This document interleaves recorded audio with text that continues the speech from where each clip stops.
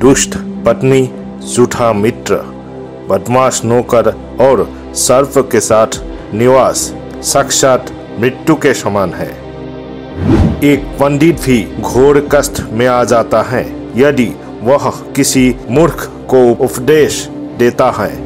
यदि वह एक दुष्ट पत्नी का पालन पोषण करता है या किसी दुखी व्यक्ति के साथ अत्यंत घनिष्ठ संबंध बना लेता है।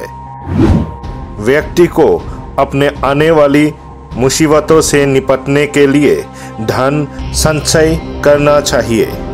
उसे धन संपदा त्याग कर भी पत्नी की सुरक्षा करनी चाहिए। लेकिन यदि आत्मा की सुरक्षा की बात आती है तो उसे धन और पत्नी दोनों को तुच्छ समझना चाहिए।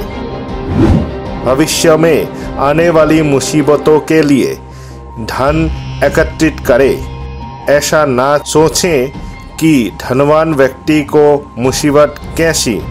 जब धन साथ छोड़ता है तो संगठित धन भी तेजी से घटने लगता है।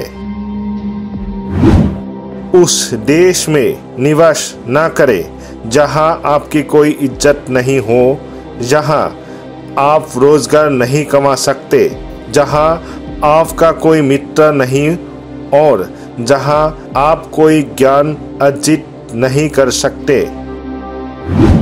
ऐसे जगह एक दिन भी निवास न करें जहां एक धनवान व्यक्ति पास ना हो, एक ब्राह्मण ना हो जो वैदिक शास्त्रों में निपुण हो, एक राजा, एक नदी और एक चिकित्सक पास ना हो।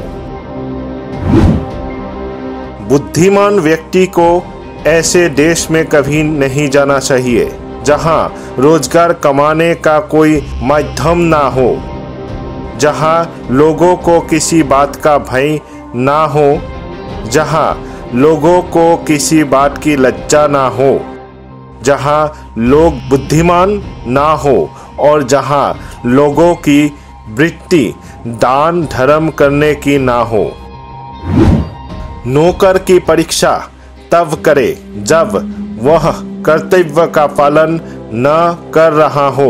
रिश्तेदार की परीक्षा तब करे जब आप मुसीबत में घिरे हो। मित्र की परीक्षा विपरीत परिस्थितियों में करे और जब आपका वक्त अच्छा न चल रहा हो तब पत्नी की परीक्षा करे।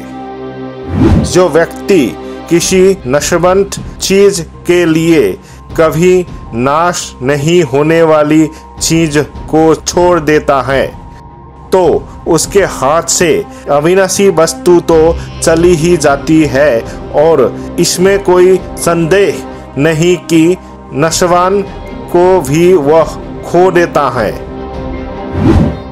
इन पांचों पर कभी विश्वास ना करें। 1. नदियाँ। 2. जिन व्यक्ति के पास अस्त्र शस्त्र हो। 3. नाखून और सींग वाले पशु। 4. औरतें। और 5. राजघराने के लोगों पर।